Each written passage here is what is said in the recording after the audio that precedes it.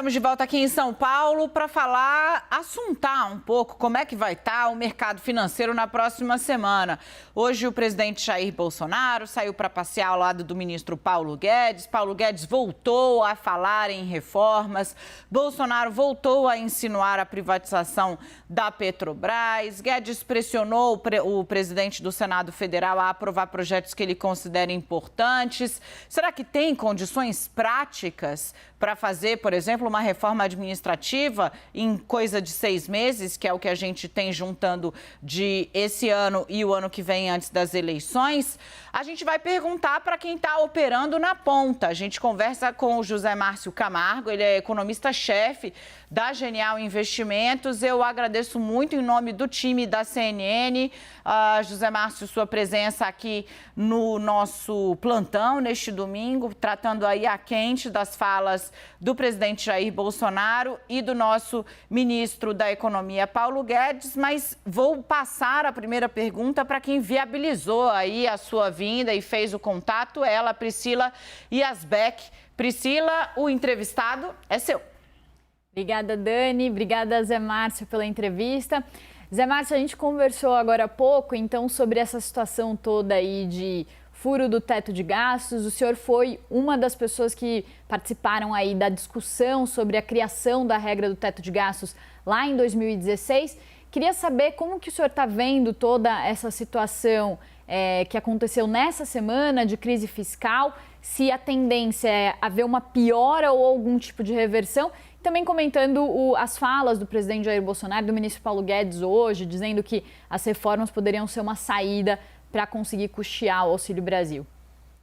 Bom, boa tarde, Daniela, boa tarde, Priscila, muito obrigado pelo convite, um prazer enorme estar aqui com vocês.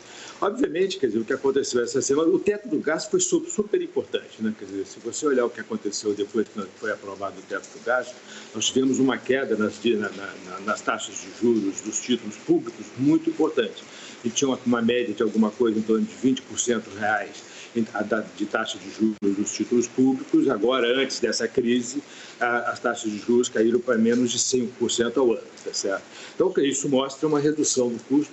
Por que isso acontece? Porque o teto do gasto dá credibilidade à dívida pública. Esse é o ponto fundamental. E o que aconteceu nessa semana diminuiu a credibilidade da dívida pública. Como diminuiu a credibilidade da dívida pública, isso aumenta o risco dos investimentos nos títulos públicos. Consequentemente, as pessoas pedem uma taxa de juros mais alta para comprar os títulos. Como a taxa de juros é inversamente proporcional ao preço dos títulos, quando eu digo que as pessoas pedem uma taxa de juros mais alta, eu estou dizendo que elas estão dispostas a pagar um preço mais baixo para comprar um título público e financiar a dívida pública. Foi isso que aconteceu ao longo dessa semana. As taxas de juros subiram, a taxa de câmbio se desvalorizou, os preços das ações caíram. Isso significou que os investidores estão menos críveis, quer dizer, que estão acreditando menos que o governo efetivamente vai manter o novo teto do gasto. Na verdade, é importante a gente chamar a atenção para o fato que o teto do gasto não acabou. O que está sendo proposto é aumentar o teto do gasto para poder gastar para poder ter um programa de auxílio, o Auxílio Brasil, com R$400, tá certo? E alguns outros gastos. Então, a questão agora é, o governo vai conseguir readquirir a credibilidade que ele tinha antes de aumentar o teto do gasto? Essa, a meu ver, é o grande problema nesse momento. Quer dizer, nós já tivemos outros episódios desse tipo. Vamos nos lembrar lá em 1999, quando teve a desvalorização cambial, a primeira reação dos investidores foi extremamente negativa. Mas logo depois o governo conseguiu, o tripé macroeconômico, conseguiu convencer os investidores que o tripé ia ser respeitado e conseguiu fazer com que a economia retomasse uma trajetória de equilíbrio. É este o momento parecido, tá certo? O governo vai ter que redefinir a sua credibilidade diante dos investidores. José Márcio, deixa eu pegar de onde o senhor deixou aqui, porque tem algumas coisas estão à mão da equipe econômica para, como usando o termo que o senhor usou, reconstruir a credibilidade em torno dessa agenda, mas outras coisas não estão. Por exemplo, o tamanho do auxílio. Isso vai ser definido, em última instância, pelo Congresso Nacional. Um Congresso Nacional que se prepara para disputar a eleição. Um Congresso Nacional que, sendo base do governo, em boa parte, e o governo montou um formato de negociação com o Congresso que é custoso, e custoso nesse sentido. O governo não pôde, por exemplo, fazer uma mudança no teto que fosse menor, porque não tinha como abrir mão do pagamento das emendas do relator e emendas destinadas à bancada, porque se tem isso, não passa mais nada. Esse foi o patamar de negociação que se estabeleceu e é assim que tem funcionado. É do jogo, tudo bem, deixando muito claro, é lícito. Mas, no fim das contas, está na mão do Congresso qual vai ser o tamanho desse buraco. Assim como também está na mão do Congresso balizar se a agenda de reformas vai andar ou não. Se vai comprar uma briga com o funcionalismo público, com a eleição batendo a porta daqui 6 meses. A minha pergunta é, o governo tem de fato, o ministro Paulo Guedes tem de fato todos os instrumentos para controlar essa equação que está sendo vigiada com lupa pelo mercado? Ou o governo, de fato, perdeu a possibilidade de conduzir, de liderar essa agenda de reconstrução da credibilidade? Bom, Daniela, nós só vamos saber isso à medida que o tempo for passando. É verdade que, quer dizer, o governo precisa de, como eu falei, reconquistar a credibilidade que ele tinha antes de quebrar o teto. Então, quer dizer, uma parte o governo tem controle. O governo tem um controle muito grande. Por exemplo, vou dar um exemplo bem concreto. Quer dizer, no último ano, nos últimos 3 anos, tá certo? O governo, os dados da situação fiscal do Brasil melhoraram significativamente. Nós tivemos uma queda importante na relação gastos públicos sobre o PIB, tivemos uma queda importante na relação dívida-PIB, tá certo? Apesar da pandemia, né? Quer dizer, nós gastamos muito na pandemia e depois, em 2021, teve uma volta muito importante. Quer dizer, o governo, nos dados concretos, no dia a dia da política fiscal, tá certo? A política fiscal tem se mostrado bastante positiva. Qual é o problema? Novamente, o problema é a credibilidade. A razão pela qual os investidores entendem que a razão pela qual a política fiscal tem sido positiva é porque existe um teto para o crescimento do gasto público. Então, como existe um teto para o crescimento do gasto público, toda vez que você tem um aumento de receitas, esse aumento de receitas não pode ser utilizado para aumentar gastos, porque você está no teto. Consequentemente, ele vai ser utilizado para diminuir a dívida. É o que está acontecendo neste momento. A questão que os investidores estão preocupados é o seguinte: agora que o teto aumentou, o governo vai aumentar as despesas na mesma proporção, de tal forma que a dívida vai aumentar, ou o governo vai manter a trajetória de buscar a consolidação fiscal? Isso está na mão do governo. Em parte, está na mão do governo. Tem uma série de medidas que o governo pode adotar, como adotou no passado recente, tá certo? Para manter a consolidação fiscal, a trajetória de consolidação fiscal. Esse é o ponto importante. Na medida em que o governo vai sinalizando para os investidores que ele continua na trajetória de consolidação fiscal, os investidores vão começar a voltar a acreditar no governo. Não vai acontecer amanhã, mas vai acontecendo ao longo do tempo. Foi assim lá no governo Fernando Henrique e é assim. Você tem um custo, tá certo? E depois você vai ter que reconquistar a sua credibilidade, que não é uma coisa simples. Conquistar credibilidade é fácil de perder. Credibilidade é uma coisa fácil de perder e difícil de conquistar, tá certo? Então, quer dizer, nós estamos num momento complicado deste momento. Mas a minha impressão, a minha avaliação é que o governo pode sim, se ele mantiver o compromisso com a consolidação fiscal, ele pode, em algum tempo, tá certo, reconquistar essa credibilidade que foi arranhada nos episódios da semana passada. Você está na CNN, a CNN está ouvindo o José Márcio Camargo, ele é economista-chefe da Genial Investimentos. Priscila, passo a palavra para você e já informo o nosso entrevistado também que estamos trazendo para essa conversa o nosso âncora em Brasília, Zé Márcio, o Kenzo Matida. Priscila? Zé Márcio, só um comentário aí sobre a sua fala, sobre esses avanços fiscais. Nós tivemos também ajuda aí desse boom das commodities, retomada da vacinação, das economias com avanço da vacinação no mundo. Isso ajudou muito ao Brasil. Só que daqui para frente temos um contexto diferente, é esperado um contexto diferente, com desaceleração da China, aumento de juros lá nos Estados Unidos, temos também inflação global preocupando, ainda com uma perspectiva muito incerta. E nessa semana temos IPCA 15, dado de inflação na terça, prévia da inflação de outubro, e na quarta, a decisão do Copom sobre a taxa de juros, taxa básica de juros da economia Selic. Qual que é a tua perspectiva daqui para frente? O Banco Central deve ser mais duro ou deve manter aquela perspectiva de alta de 1 ponto percentual? E que consequências que podemos ter diante desse cenário aí de aumento de juros e se vier um aumento mais duro aí dos juros da taxa básica? Bom, a minha avaliação, Priscila, é o seguinte, quer dizer, o balanço de riscos piorou muito para a inflação. Quer dizer, se você olhar os comunicados do Banco Central depois das reuniões do Copom, os últimos, desde janeiro, março desse ano, tá certo? Os comunicados dão muita ênfase à importância da consolidação fiscal. Todos os comunicados dizem que a consolidação fiscal é fundamental para manter favorável a se conseguir chegar para 2022. A gente está com um probleminha no sinal, do José Márcio Camargo. Vamos ver, acho que aparentemente conseguimos normalizar. Agora sim, Zé Márcio, vou pedir para você retomar do início, porque de fato foi entrecortando muito sua fala para que todo mundo em casa consiga entender direitinho.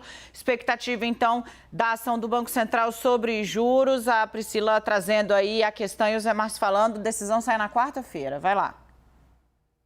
Eu estava falando que desde março desse ano, todos os comunicados do Banco Central têm dado muita ênfase à necessidade de consolidação fiscal para manter o balanço de riscos favoráveis a se chegar a uma inflação na meta em 2022.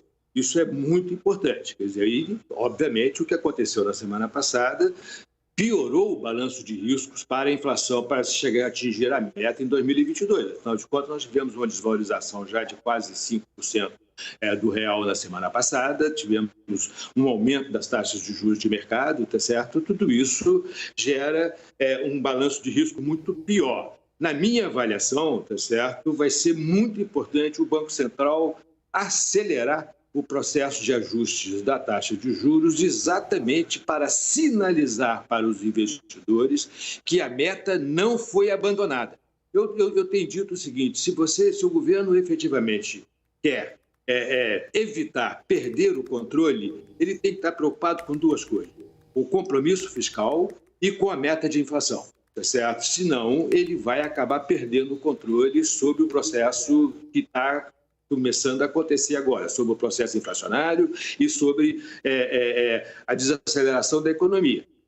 A nossa avaliação, quer dizer, a minha avaliação é que a gente tem um cenário que é um cenário de três pilares, tá certo? Um pilar era o teto do gasto, o outro pilar é o fim da pandemia, quer dizer, a melhora na pandemia, e o terceiro pilar era a volta dos investimentos privados. Nós perdemos um pilar, que é o teto do gasto, neste momento. É muito importante reconstruir esse pilar, esse é o meu ponto.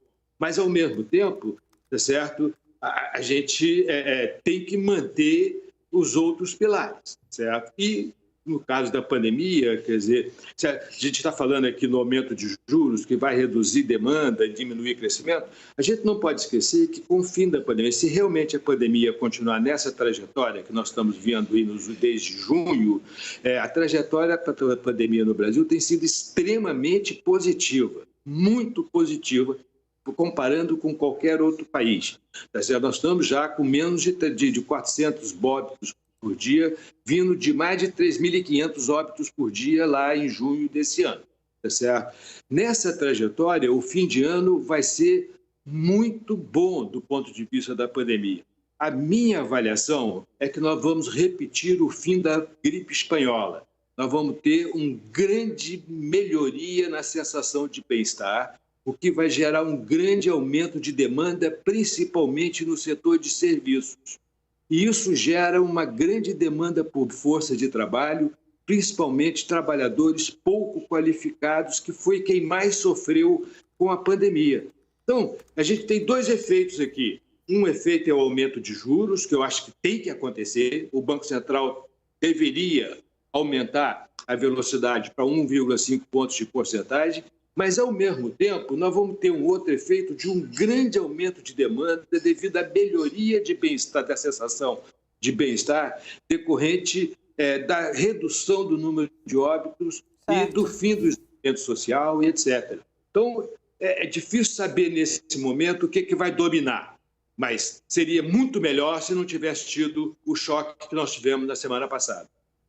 Zé Márcio, vou pegar direto logo aqui para a gente finalizar talvez essa entrevista. E eu gostaria de saber, você apontou alguns dos critérios aí que são importantes para que a equipe econômica tenha como pilar ainda, já que o teto de gastos já foi, né? E só que para que o país reconquiste essa credibilidade no mercado, em quanto tempo o Brasil vai levar? Agora, há uma estimativa de em quanto tempo o país deve levar para conseguir reconstruir essa credibilidade no mercado? E eu queria incluir ainda uma pergunta sobre a sua avaliação dessas sinalizações que o Ministério da Economia já deu na última sexta-feira, indicando 2 nomes ali, já nomeando 2 nomes para a baixa que teve ao longo dessa semana no Tesouro, né, 2 nomes fiscalistas que o mercado já conhece de certa forma. Como é que você avalia?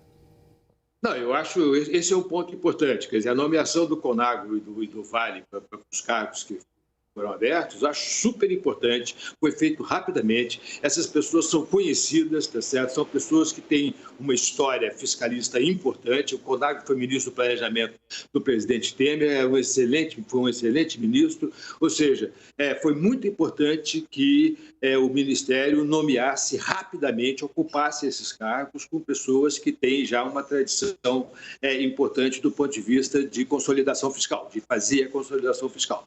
Então, eu acho que esse é o primeiro passo, foi um primeiro passo importante. O fato do ministro Paulo Guedes permanecer, eu também acho que é um fator positivo, tá certo? Seria complicado trocar o ministro nesse momento. Então, quer dizer, isso já é uma coisa que facilita readquirir credibilidade. Agora, quanto tempo vai demorar, depende do que for feito, né? Quer dizer, deixa eu...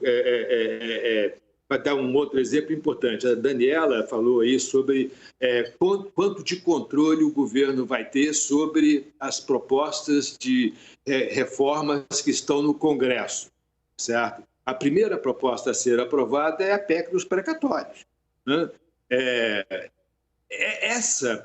Aprovar essa PEC é fundamental para a gente ter uma ideia de quanto de controle o governo vai ter sobre as outras propostas de reformas que estão vindo pela aí, né? A proposta de reforma administrativa, a reforma do imposto de renda, mas principalmente eu acho que tem a privatização da Eletrobras e a privatização dos Correios, que estão aí no Congresso, tá certo? E isso que vai sinalizar a rapidez com que essas coisas vão caminhar é que vai sinalizar para os investidores quanto de controle que o governo está conseguindo readquirir sobre o processo de reforma. É isso que vai dar para a gente o tempo para readquirir a credibilidade. Perfeito. José Márcio Camargo, ele é economista-chefe da Genial Investimentos. Eu agradeço muito, em nome dos meus colegas, inclusive, a participação aqui na CNN neste domingo. Portas abertas. Até a próxima. Assunto não vai faltar. Até a próxima. Muito obrigado pelo convite. Estou inteiramente à disposição de vocês.